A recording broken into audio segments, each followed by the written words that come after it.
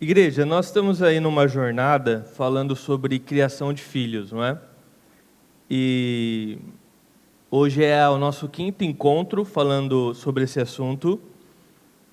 E eu quero incentivar você que não pôde participar de alguns dos outros encontros para que você assista a mensagem. E mesmo você que pôde estar conosco, eu te incentivo a assistir a mensagem novamente, porque é um assunto que demanda uma grande reflexão da nossa parte e uma profunda reflexão de fato para nós mudarmos a forma como nós temos agido com nossos filhos e pedir ajuda para Deus, obviamente, porque não é fácil, é uma tarefa extremamente difícil. Eu sempre tenho falado, se você está aqui e você ainda não tem filhos, a probabilidade de você vier a ter filhos um dia é enorme, né? E Deus queira que você venha a ter, e você está no melhor lugar, na melhor posição, porque você pode, antes de enfrentar esse grande desafio, não é? Ter mais informações e, biblicamente, estar mais preparado para enfrentar essa fase da vida, que, ao mesmo tempo que é maravilhosa, também é extremamente difícil, não é verdade? Muitos pais, na experiência que eu tenho na frente da igreja, eles vivem muito frustrados, né? Porque eles não conseguem enxergar uma real transformação no coração dos filhos, né? A transformação que eles gostariam de enxergar verdadeiramente. E eles tentam, de todas as formas que eles podem, gerar essa transformação na vida dos seus filhos. Então, desde entregar recompensas, até de fato fazer ameaças na vida dos filhos, conversas longas, castigos, enfim, tudo que está ao seu alcance, os pais, obviamente, eles tentam para que vejam uma verdadeira transformação no coração dos filhos, não é? E possam se tranquilizar a respeito da criação. Mas, rapidamente, não é? Após essas tentativas, que podem surtir um efeito, não é? Rapidamente me parece que as crianças voltam, não é? Os adolescentes, enfim, voltam ao padrão antigo de comportamento. E por que isso acontece muitas vezes? Isso acontece muitas vezes porque nós, pais, estamos tentando fazer algo que nós não fomos chamados para fazer, que é transformar o coração dos nossos filhos. O ato de transformar o coração de um ser humano pertence somente a Deus. Somente Deus tem o poder de fato, mudar o coração, mudar a nossa essência, não é? A nossa base. Não é? Então, o nosso papel como pais, e isso já é uma grande reflexão para você essa manhã, não é de transformar o coração dos nossos filhos, não é? Mas sim sermos sábios para nos tornarmos instrumentos de Deus, não é? Para que isso aconteça, não é? Obviamente através de Deus. Então, hoje eu quero refletir um pouquinho sobre esse tema central, que é: pais não foram chamados para transformar o coração dos seus filhos, não é? E para analisar um pouquinho, conversar um pouquinho sobre esse tema, eu vou pontuar, não é, algumas ferramentas que os pais usam com o objetivo de transformar a vida dos filhos, mas que vão falhar, a médio e longo prazo vão falhar. E depois nós vamos caminhar junto e entender um pouco melhor em como nós, de forma sábia, aplicamos a disciplina na vida dos nossos filhos de maneira cristã e de maneira a realmente conduzi-los a Deus e eles experimentarem uma verdadeira transformação. Amém? Então, esse é o nosso panorama de hoje. Eu peço que você preste muita atenção naquilo que nós vamos falar. Quero fazer uma rápida oração. Obrigado, Deus, por mais um dia. Obrigado por mais uma oportunidade de estarmos vivos e fazer diferente. Que o Senhor possa nos abençoar e que, Senhor, a palavra venha fazer morada em nosso coração e gerar a transformação necessária, não apenas de nossos filhos, mas a começar por nós. Que nós sejamos, Pai, esse vetor, esta ponte, este canal, por onde a Tua graça venha fluir, transformando as nossas vidas e, por consequência, transformando a vida dos nossos filhos e nossa casa, Pai. Assim nós pedimos e desde já agradecemos, em nome de Jesus. Amém. Amém? Nosso primeiro ponto, então, é as ferramentas de poder que não funcionam. Quando os pais acabam assumindo para si a responsabilidade de transformar o coração dos seus filhos, inevitavelmente nós vamos recorrer a ferramentas que são comuns à nossa cultura, ferramentas talvez que os nossos pais usaram conosco, ou então ferramentas que elas surgem no meio de um desespero, não é?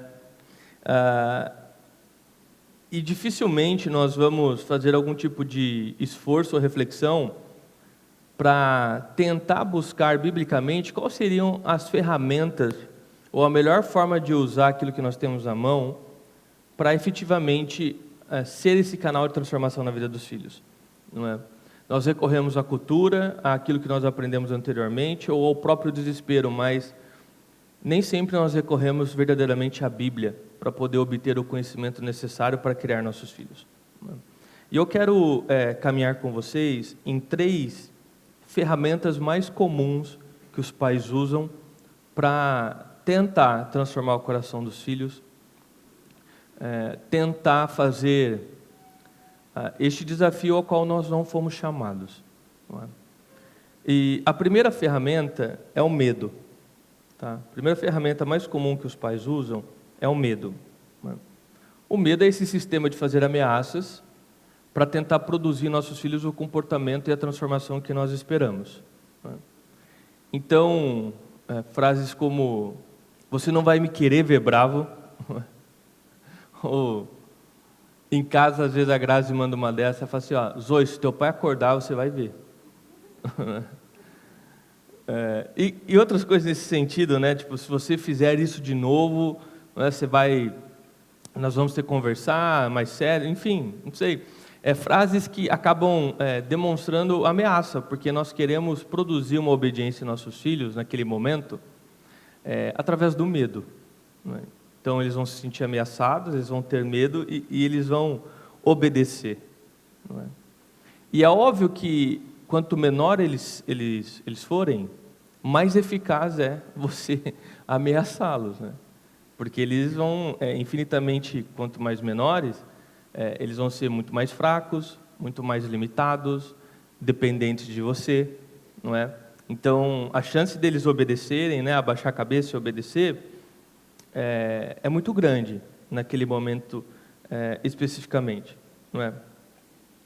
Mas a partir do momento que o teu filho for crescendo, se desenvolvendo, ele vai percebendo esse padrão e, na verdade, ele vai começar a obedecer você ou entrar dentro do padrão que você espera que ele entre, não porque ele conseguiu diferenciar ou no coração dele ele foi transformado ao ponto de entender o que é certo ou errado, mas porque ele quer evitar o confronto com você, ele quer ficar evitando a sua irritação e as suas ameaças, não é?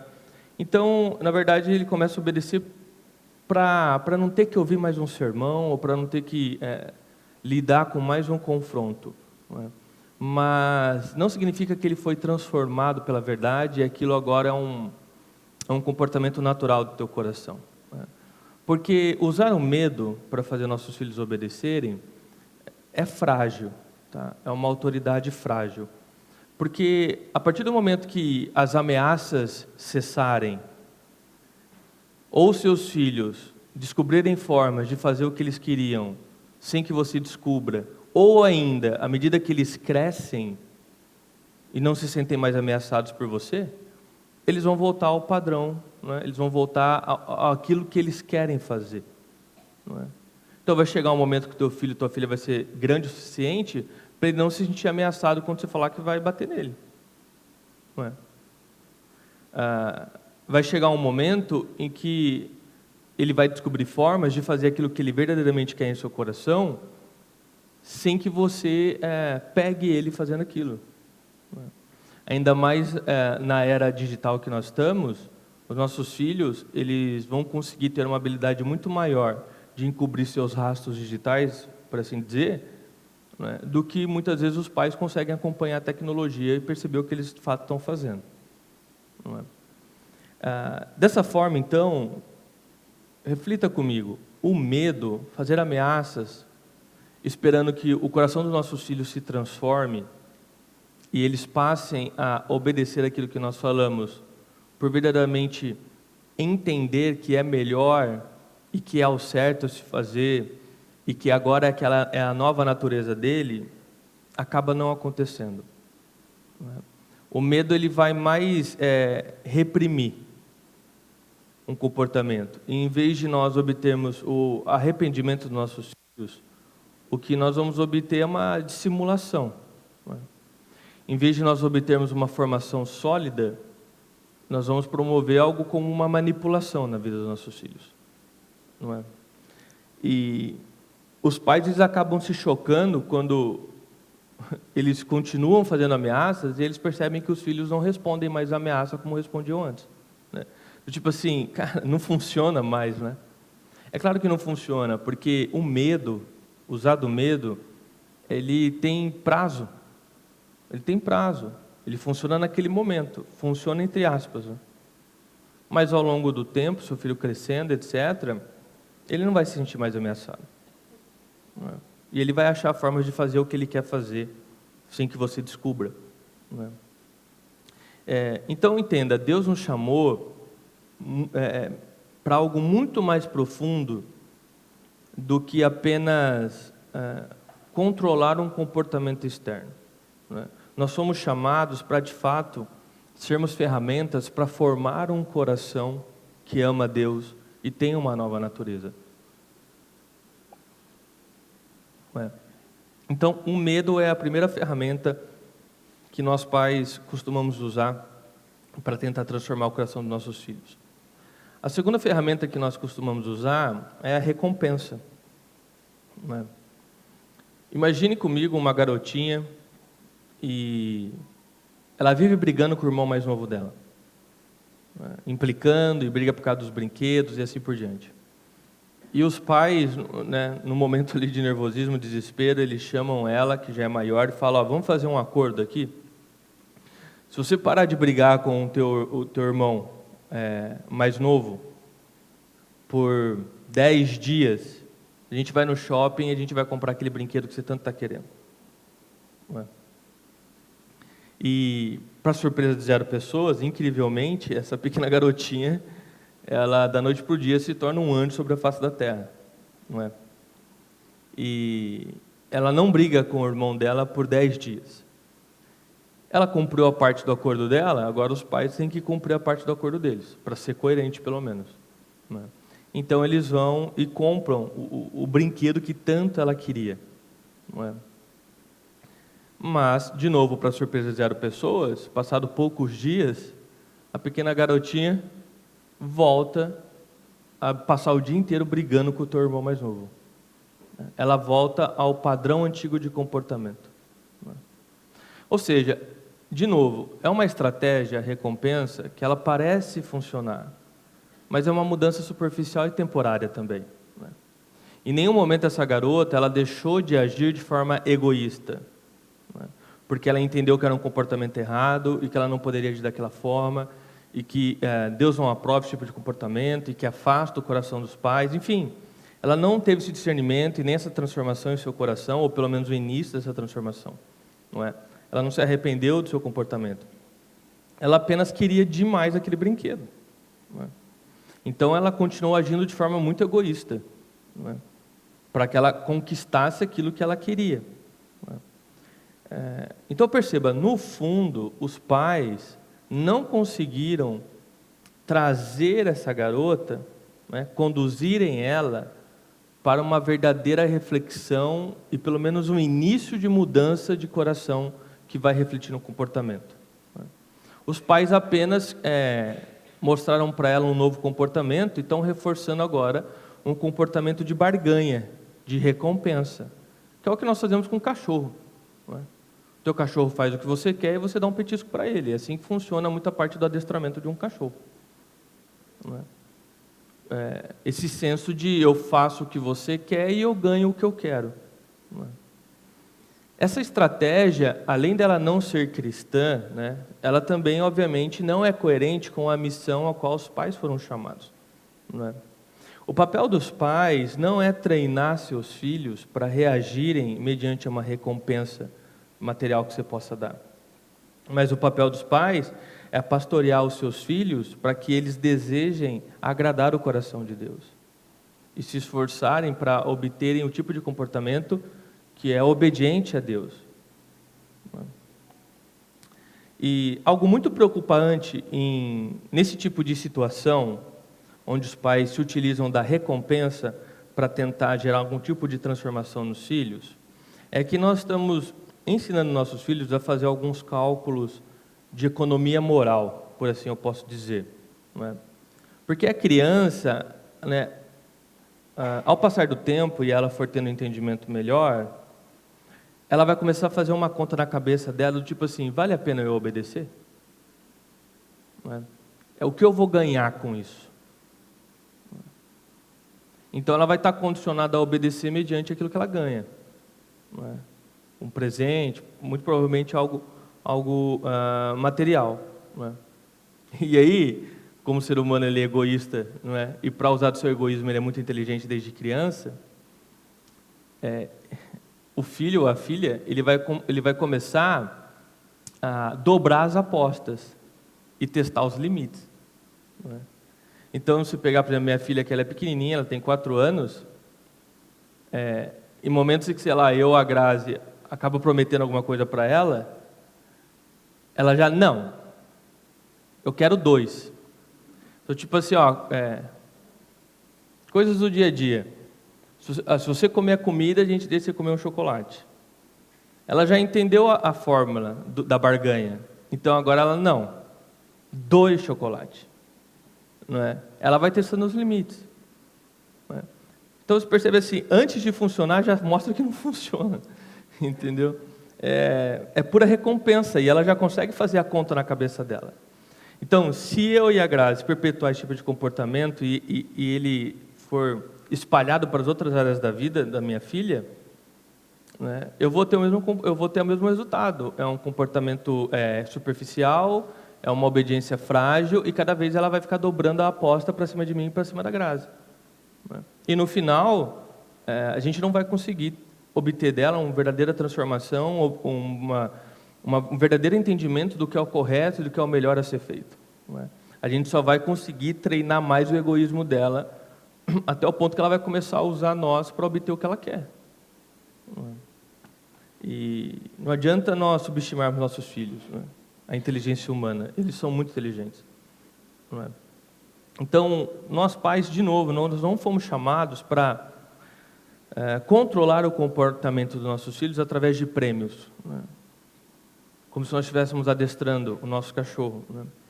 De novo, nós somos chamados para conduzir o coração dos nossos filhos ao arrependimento e à graça de Deus.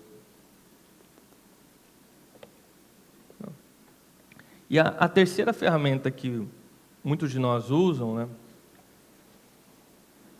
é a vergonha. Tá?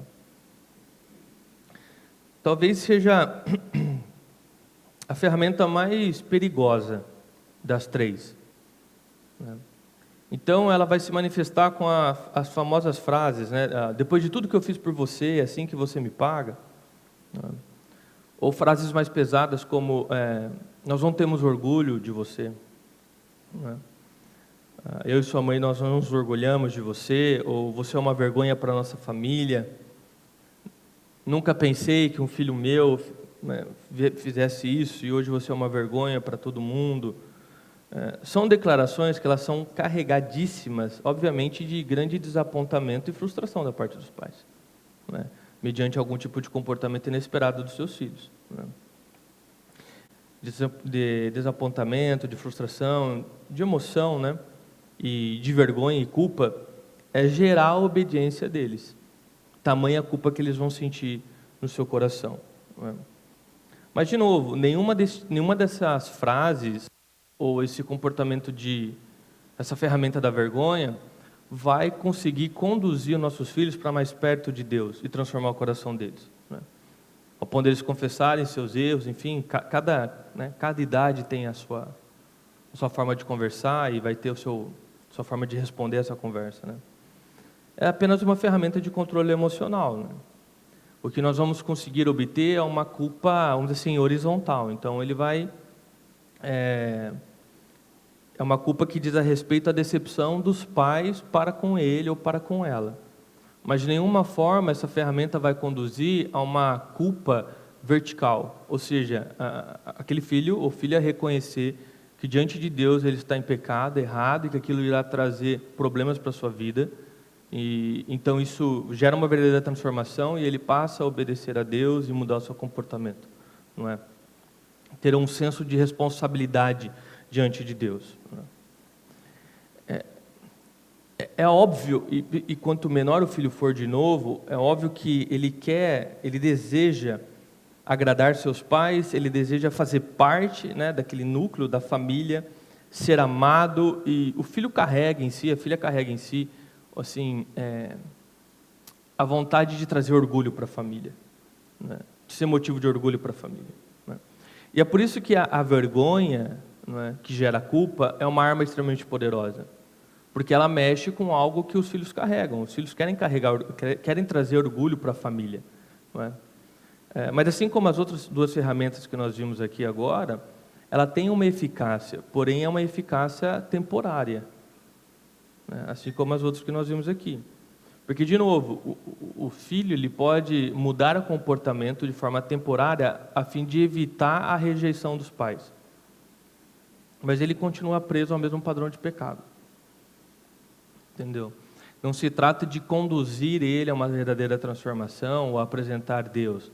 Não é? É apenas uma dissimulação,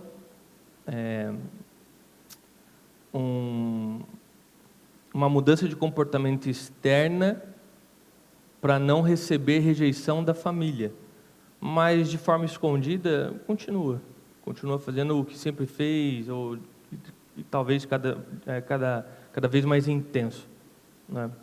Além disso, usar da culpa, né, através da vergonha, para tentar fazer com que seus filhos obedeçam,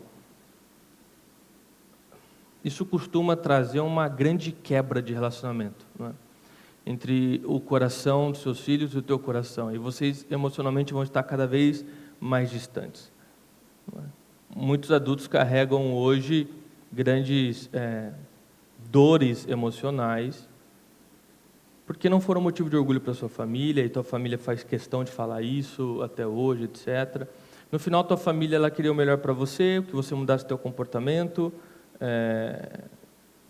não agiu de sabedoria, fizeram uma quebra com você, e você, por fim, gostaria de trazer orgulho para tua família, mas não mudou o comportamento, e agora está cada um para o seu lado, né? E mesmo morando na mesma casa, muitas vezes você tem o pai e a mãe separado dos filhos, assim, né? E o que você tem ali é um relacionamento profissional entre o pai e a mãe e os filhos.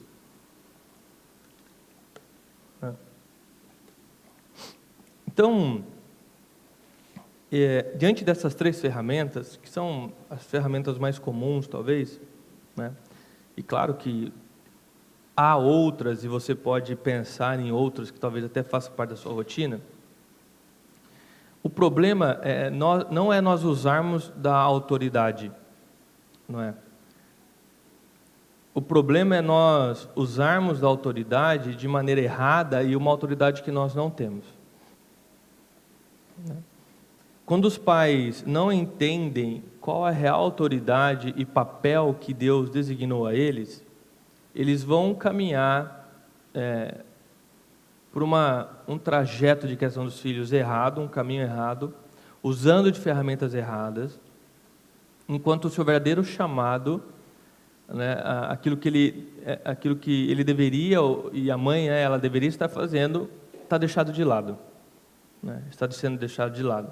Por fim, os pais sofrem, os filhos sofrem, e você tem um problema gigantesco, não é? A autoridade que nós recebemos da parte de Deus não é para controlar nossos filhos a partir dessas ferramentas, né? Tipo, como, por exemplo, medo, recompensa e vergonha. E também não é, de novo, não é, repetir para que fique claro para você e você registre isso, a nossa autoridade também não é para que nós tenhamos o poder de gerar uma verdadeira transformação no coração dos nossos filhos. Os seres humanos não transformam os seres humanos, tá? o que nós somos chamados é ser instrumentos, ou seja, nós representamos a fidelidade e o caráter de Cristo dentro de casa, né? E existem ferramentas que nós usamos para isso, enfim, e nós vamos caminhar aqui, você vai entender de forma mais clara, pelo menos, como nós disciplinamos nossos filhos usando da autoridade que Deus nos deu, a ponto de conduzirmos eles a um coração transformado com Deus, não é?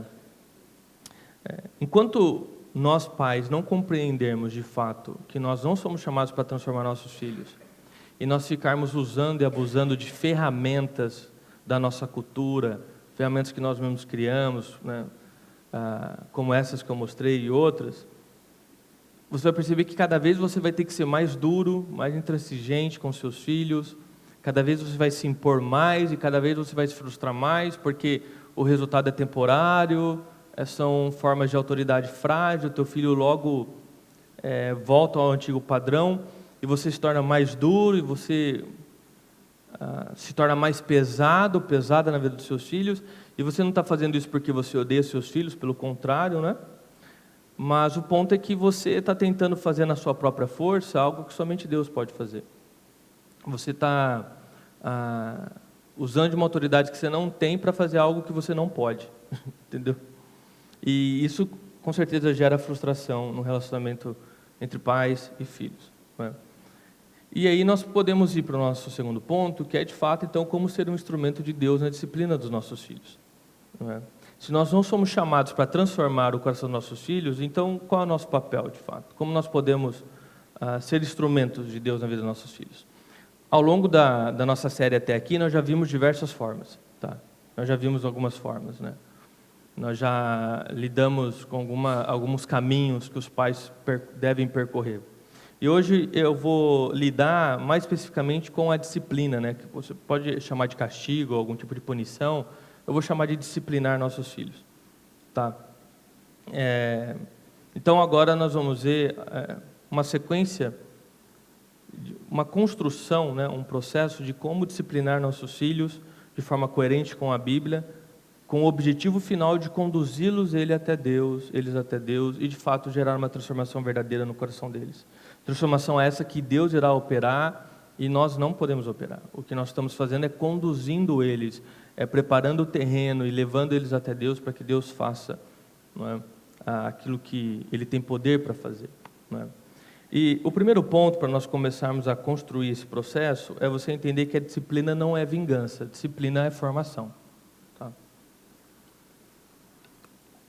Castigar ou punir nossos filhos não deve ser motivado por vingança ou por qualquer forma de descontrole emocional. Você tem que entender que a disciplina, quando nós disciplinamos nossos filhos, ela é o primeiro passo, né, um dos primeiros passos dentro de um processo que tem como objetivo final conduzir nossos filhos à graça de Cristo, tá? Então, a disciplina ela tem que ser uma ferramenta pedagógica, ela tem que estar ensinando algo. Hebreus capítulo 12, versículo 6 diz assim: o Senhor disciplina a quem Ele ama, né?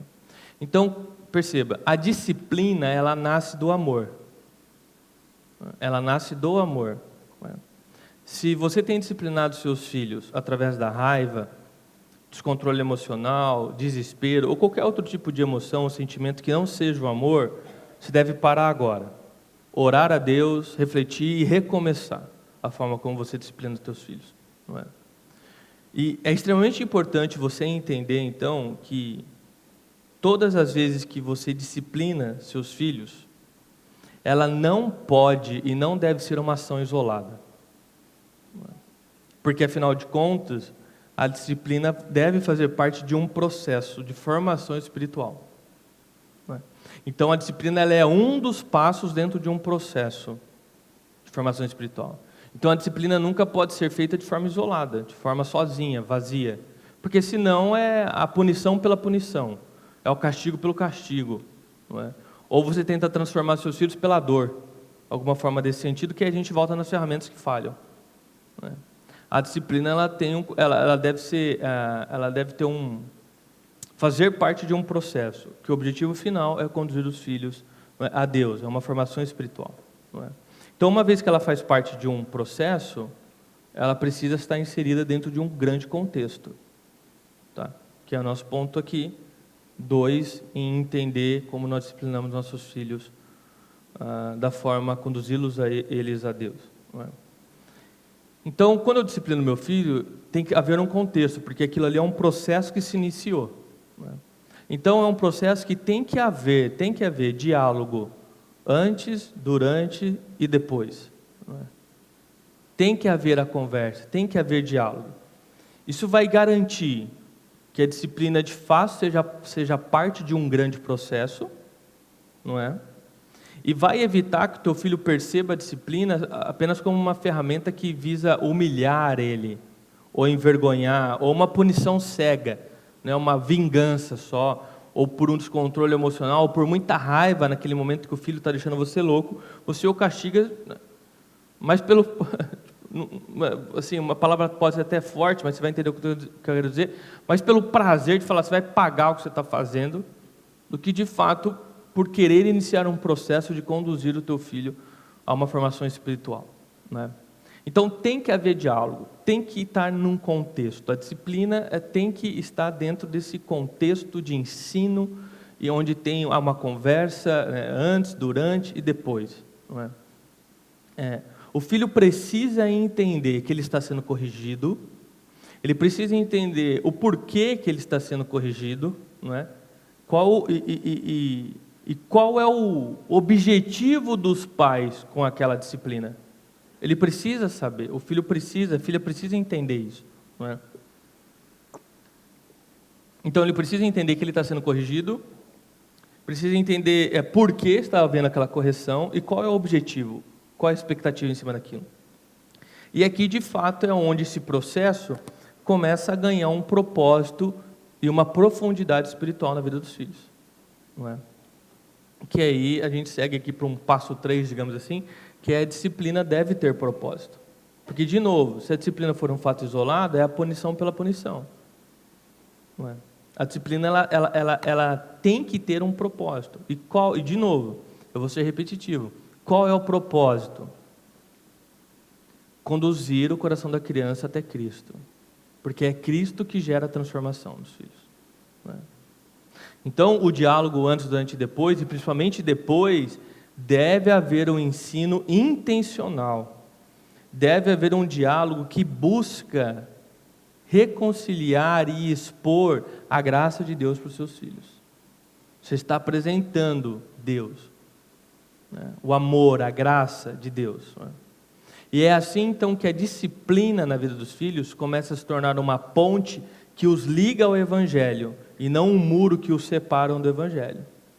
Porque muitas vezes os pais vão castigar os filhos ou discipliná-los, porque Deus está triste com você, Deus não gosta disso, e mete um castigo no filho. Você está criando um muro de separação entre o teu filho e o Evangelho. Ele não entende muito bem porque ele está sendo castigado, ele nem sabe o objetivo disso, ele só está entendendo que Deus é o cara mais chato do mundo, e que quando ele pisa fora, tudo que ele recebe é um grande castigo, e o pai reflete o que Deus, o pai ou a mãe reflete esse Deus chato, carrancudo. Então é óbvio que esse filho, ao longo do seu crescimento, a última coisa que ele quer é ir na casa desse cara chato, ou se encontrar com esse cara muito chato.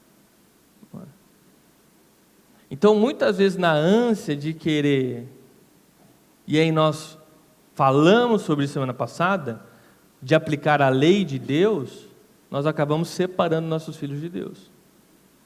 E o Evangelho se torna um muro, e não uma ponte, não é? E quem faz isso são os pais. Quem faz isso são os pais, não é? Então, quando a poeira estiver baixando, é a hora de você conduzir teu filho ao arrependimento e à graça. Lembra? É um processo pedagógico, você está ensinando, direcionando o teu filho, não é? Esse é o processo final, é o grande objetivo da disciplina, não é? Conduzir os filhos ao arrependimento e à graça de Deus, não é? Então, pais, não basta você repreender seus filhos. Nós devemos pastorear o coração dos nossos filhos. pastorear o coração dos nossos filhos.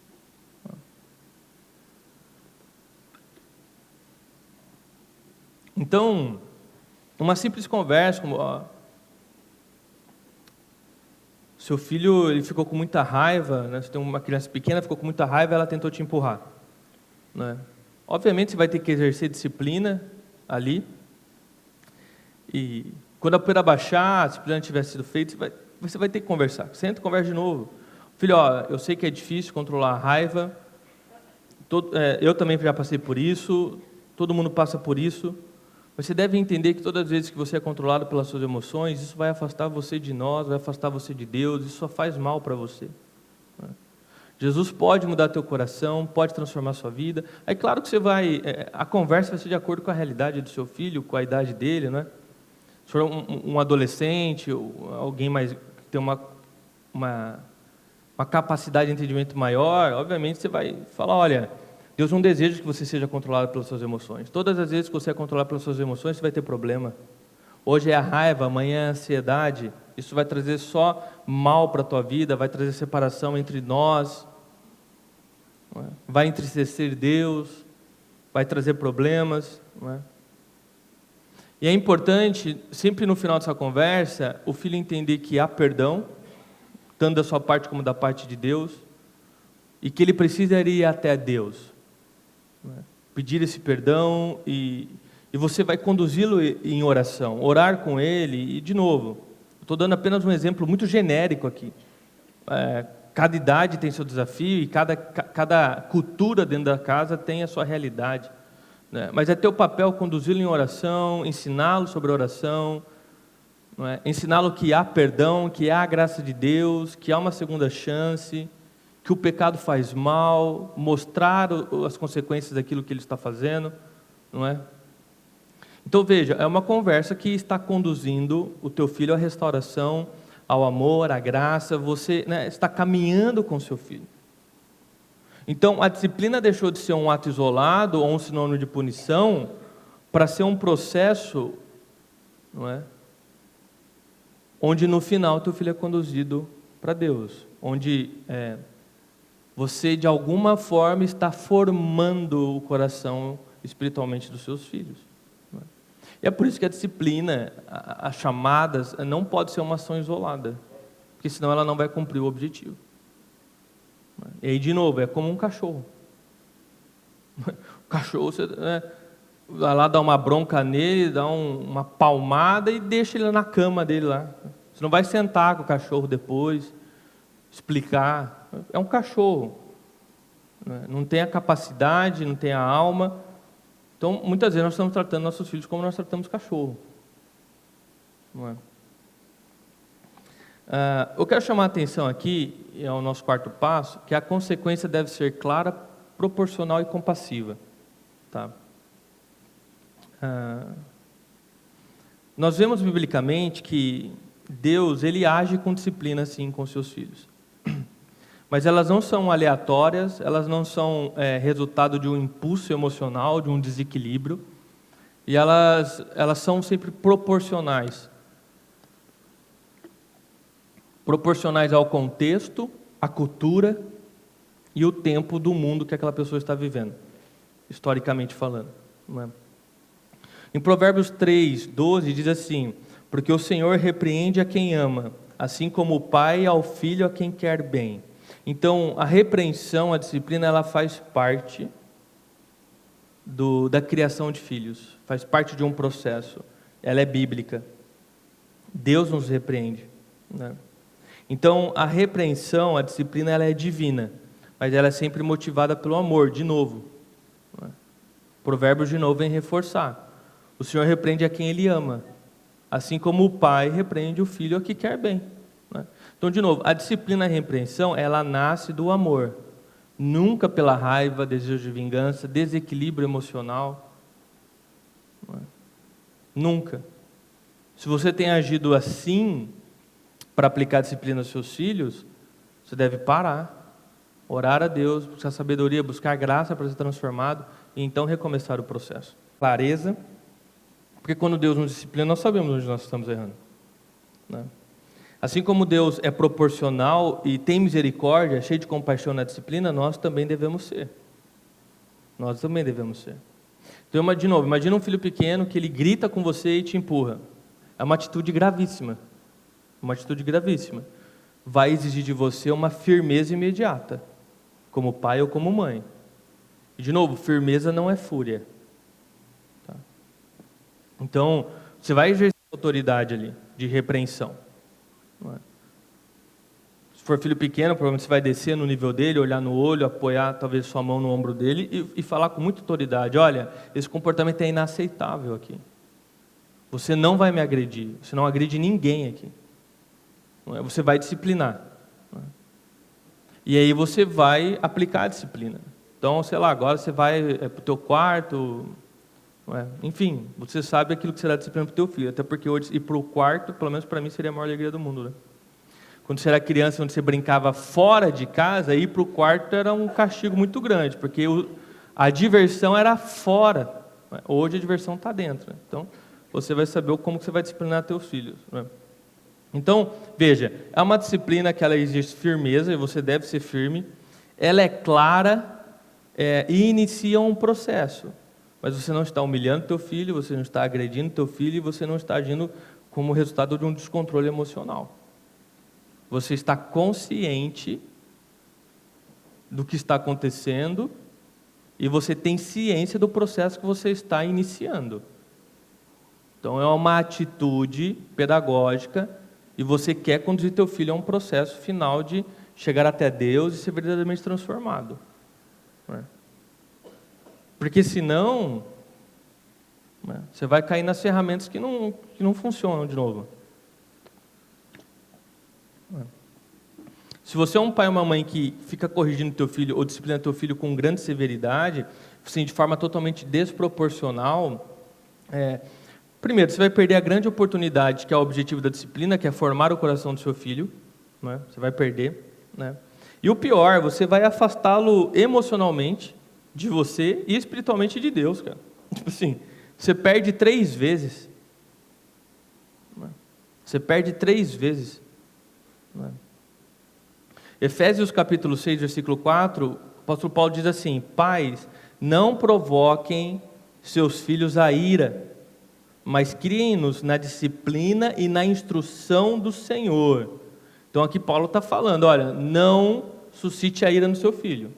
Qual que é a tua autoridade? O que você deve fazer? Criá-los na disciplina e instruí-los, não é? Em instrução do Senhor, da palavra de Deus. Ou seja, veja, a Bíblia é muito clara em dizer que existe uma maneira de disciplinar que ao invés de produzir arrependimento, em vez de conduzir o filho até Deus, vai produzir mágoa, ira, revolta e afastamento. Tá? E esse é um risco real. Principalmente quando falta clareza, equilíbrio e compaixão.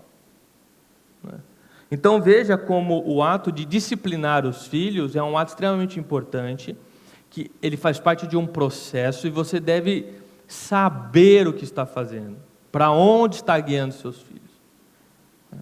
Porque senão, cada vez que você disciplina, ao invés de você obter o comportamento que você espera, a transformação que você espera, na verdade você está piorando toda a situação, está criando um muro entre seu filho, sua filha e Deus, está criando um muro entre o teu coração e o coração dos seus filhos. Você está suscitando mais a ira, a revolta, a raiva, o afastamento, e nunca o arrependimento, o amor a Deus e assim por diante. Percebe? E a Bíblia nos alerta sobre isso. A Bíblia nos alerta sobre isso. É por isso que eu disse no início que nós, de forma costumeira, vamos buscar na cultura e nos padrões culturais ferramentas para educar nossos filhos, mas, biblicamente, nós geralmente não vamos buscar. E a Bíblia está trazendo grandes alertas para nós a respeito da criação dos filhos.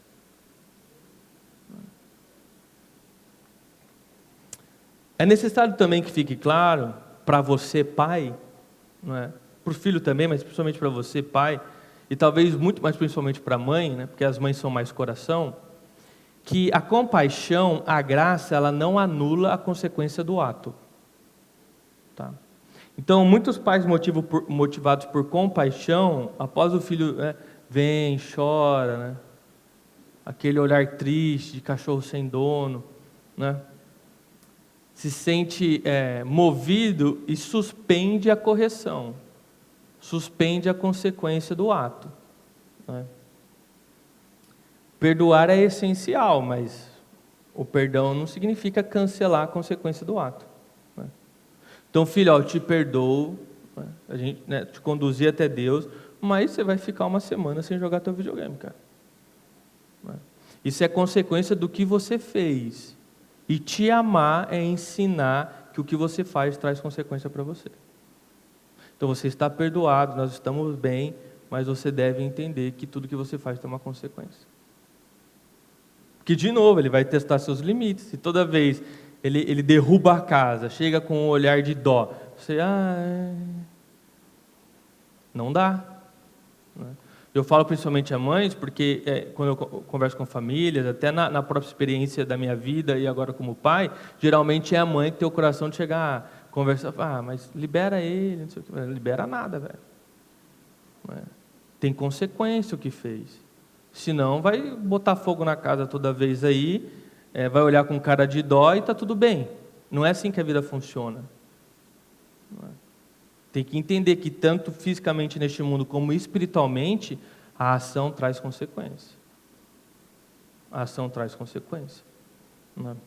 Então, esse tipo de abordagem, de novo, vai modelar a responsabilidade nos seus filhos, vai demonstrar coerência da sua parte, tá? E transmite ao seu filho que a graça de Deus, a reconciliação, o perdão, não tem nada a ver com permissividade. Não tem nada a ver, são coisas separadas, né? Tem a chance de recomeçar, não é? Ele vai ter a chance de recomeçar com consciência de que atos geram consequências e dessa vez com limites, buscando Deus. E de novo, esse caminho de conduzir até Deus, vocês sabem, criança é repetição. O adulto é repetição, criança muito mais. Então, infinitas vezes você vai conduzir teu filho, né, a Deus, pelo mesmo motivo, né? Pelo mesmo motivo, né? Mas sempre agindo com compaixão, amor, porque, de novo, a disciplina, ela é motivada, ela vem pelo amor, né? Pelo amor, né? Porque todas as vezes que nós disciplinamos, isso faz parte da nossa autoridade, do nosso papel, nós estamos representando o justo caráter de Deus. Então nós estamos agindo representando Deus dentro de casa, né? E por isso que nós devemos agir com sabedoria, domínio próprio, compaixão. Por isso que antes da graça atingir nossos filhos, ela deve ter nos atingido, deve ter atingido o nosso coração, e etc, né? O ponto 3, né? Deus, o Pai que corrige com graça, tá? Eu só quero agora, rapidamente, trazer um relato marcante na Bíblia que ilustra um pouco isso que a gente conversou, tá? Em 2 Samuel, capítulo 11, 12, você tem ali o relato sobre Davi. Davi foi o homem que foi escolhido por Deus para ser o grande rei de Israel, e de fato ele foi o maior rei que houve sobre Israel, né? E nessa parte da história aqui, existe o relato em que Davi, o rei, ele conheceu Batseba, não é? E ele comete o pecado. Ele já não foi para a guerra, aí ele vê Batseba, ele a deseja, ele comete adultério, né? Aí ele tenta encobrir o erro dele, e por isso ele traz o marido dela, tenta diversas ferramentas e por fim acaba assassinando, matando o marido dela, não é? Então, assim, uma sequência de erros, de pecado, terrível, não é? Deus, porém, não ignora o pecado. Deus, porém, não ignora o pecado. Então, Deus vai confrontar Davi pelo erro dele. Deus vai disciplinar Davi pelo erro dele, né? E aí tem um relato que Deus envia o profeta, que é Natã. Natã lhe conta uma história de forma muito inteligente, né? E nessa história, usando outros personagens, uma outra ilustração, o próprio Davi reconhece que o personagem daquela história está errado e merece ser punido e tal. E por fim, o profeta Natã fala: você é o homem da história. Você é o homem da história, né? E aí isso leva Davi a um arrependimento, né?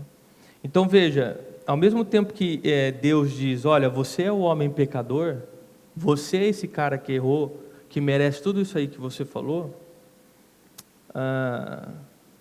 diante do teu verdadeiro arrependimento, eu também te perdoo. Eu também te perdoo.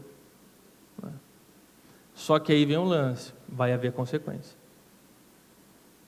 E vocês sabem que com essa história de Davi, que a consequência foi, da mesma forma que o erro dele foi terrível, a consequência foi terrível, foi proporcional. O filho morreu, a casa dele entrou em guerra. Assim, Deus não anulou a disciplina, mas também não retirou o amor da vida de Davi.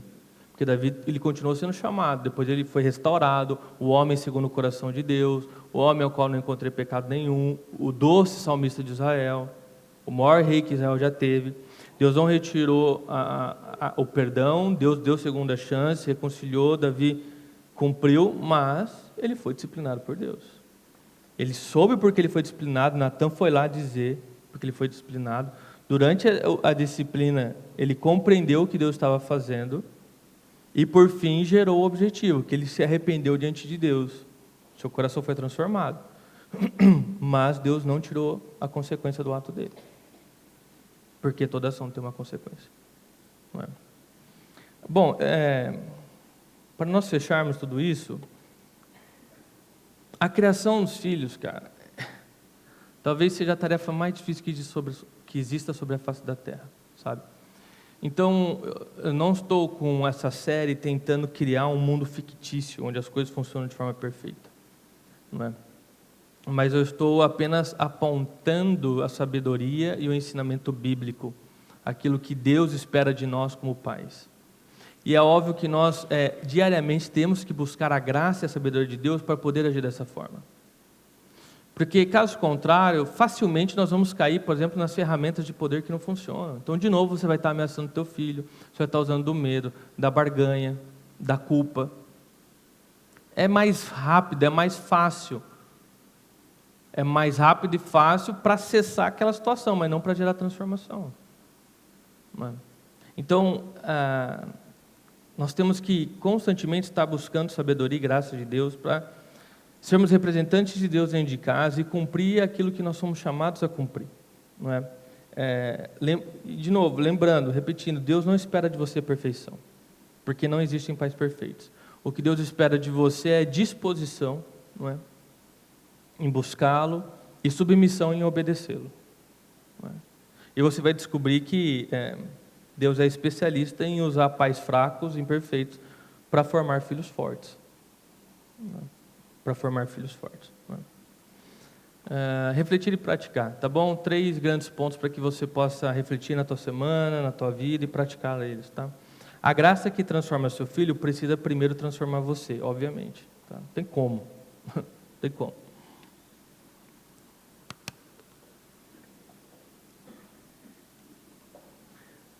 Pais devem repreender como expressão de amor, não como descarga de ira. E 3, não buscamos apenas bons comportamentos, mas corações realmente transformados. Então aqui tem 3 grandes pontos, né, sobre o que nós vimos essa manhã, e o objetivo é de fato que você ore a respeito, reflita, para que haja mudança no teu comportamento, entendeu? Eu estou me esforçando para conduzir você a Deus, para que você seja transformado por Deus, receba perdão, mude a forma como você vive, para que você possa refletir Deus dentro da tua casa e conduzir seus filhos em uma formação espiritual.